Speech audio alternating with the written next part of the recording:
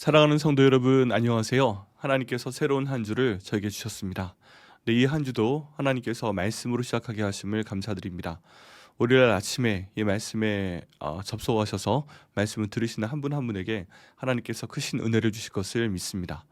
오늘 하나님 말씀 같이 보도록 하겠습니다. 누가복음 3장이고요. 누가복음 3장 3절 말씀부터 보겠습니다. 3절부터 14절까지의 말씀 함께 보겠습니다.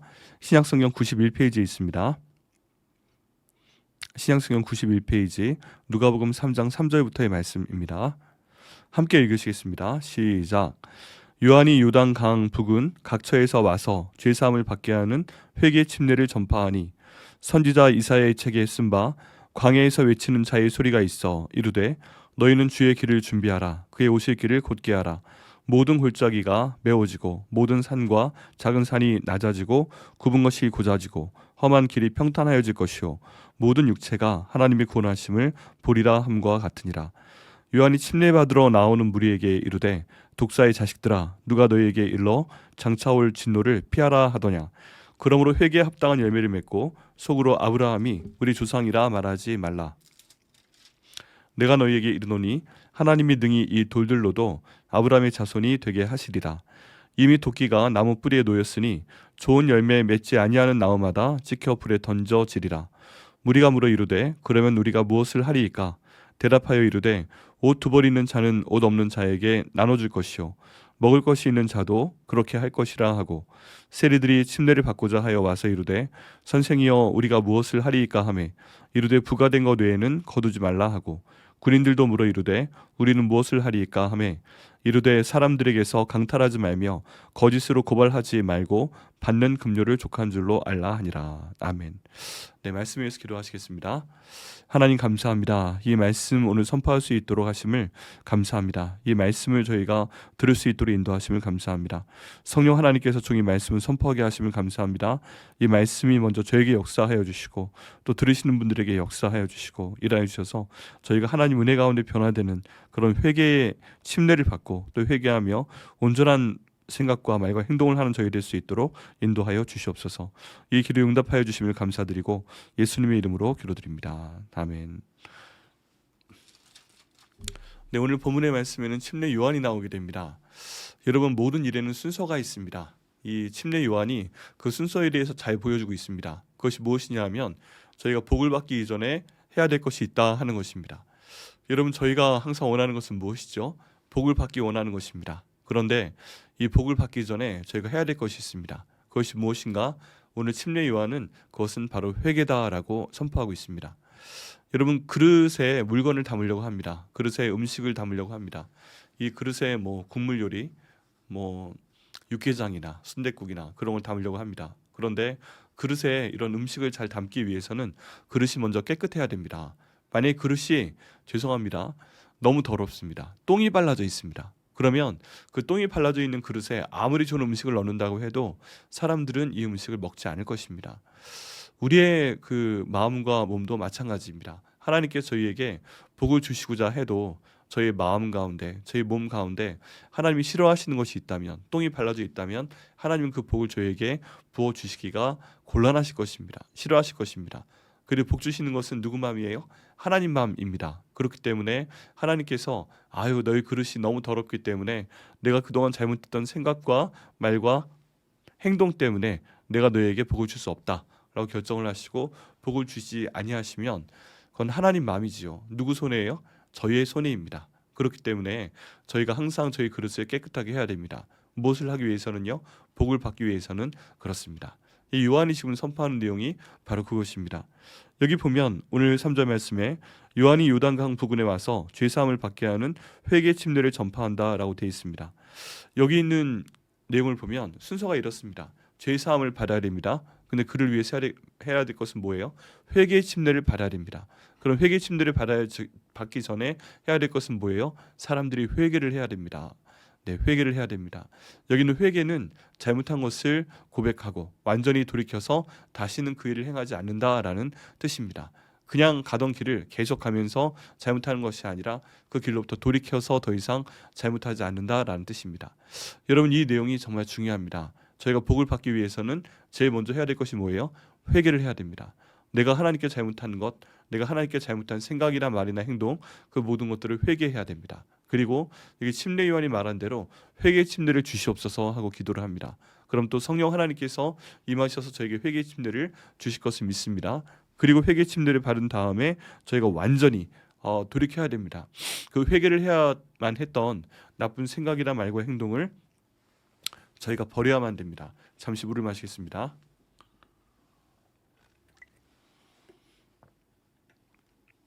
버려야만 됩니다. 그래야만 온전한 죄사함이 임하게 됩니다. 이 죄사함이 임해야 예수 그리스도의 구원의 복음이 저희 삶 가운데 들어오는 것입니다. 이 요한의 회개 침례에 대해서는 이사야서에 이미 기록이 되어 있습니다. 그 내용이 4절과 5절 말씀 가운데 있습니다. 복음을 저에게 주시기 전에 광야에서 외치는 자의 소리를 주신다고 하십니다. 그리고 그 소리가 외치기를 너희는 주의 길을 준비하라, 그 오실 길을 곧게 하라 라고 선포한다고 합니다. 그리고 이 길을 곧게 하였을 때 바로 예수님이 오신다. 모든 육체가 하나님의 구원을 볼 것이다 라고 침례 요한이 선포하고 있습니다. 하나님께서는 정말 성실하게 이 이사야를 통한 예언에 응답을 해주셨고 침례 요한을 보내셔서 이를 진행하고 계신 것을 볼 수가 있습니다. 이 침례 요한이요 담대히 선포를 합니다. 침례받으러 나오는 무리에게 이르되 독사의 자식들아 라고 얘기합니다. 독사의 자식들아. 왜 독사의 자식들이에요? 진노를 피하려고 하기 때문입니다. 왜 독사의 자식들이에요? 회개를 하지 않고 복을 받으려고 하기 때문입니다. 그런 사람들에 대해서 여기 있는 침례 요한은 독사의 자식이다 라고 얘기하고 있습니다. 혹시 저희 가운데 독사의 자식이 계시지 않습니까? 하나님께서 주시는 복은 정말 간절히 바라고 기도하고 있는데 정말 그 복을 달라고 기도하고 금식하고 또 하고 있는데 삶 가운데 잘못한 일에 대해선 회개를 안 하고 계신 분 계십니까? 여러분 그 내용에 대해서 기도하셔야 됩니다. 하나님, 제가 하나님의 복을 받지 못할 만큼 잘못했던 생각이나 말이나 행동이 있습니까? 주님, 생각나게 하여 주옵소서. 그를 위해서 회개기도 할 수 있도록 인도하여 주옵소서. 기억이 다 나지 않을 수 있습니다. 그렇지만 저희는 모르지만 하나님은 알고 계십니다. 그렇다면 그 내용에 대해서 회개기도를 할 수 있도록 인도하여 주옵소서. 기도하고 생각나게 하신 대로 기도를 해야 됩니다. 회개 그 다음 단계가 회개에 합당한 열매를 맺어야 됩니다. 회개에 합당한 열매를 맺을 때 하나님께서 그 복을 그 사람에게 주신다라고 본문 말씀 가운데 나와 있습니다.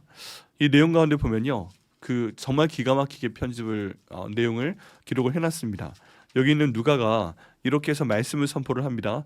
너희가 회개를 해야만 하나님께 복을 받을 수 있다. 그리고 시간이 임박성에 대해 얘기합니다. 잘못한 것이 있으면 빨리 회개를 해라.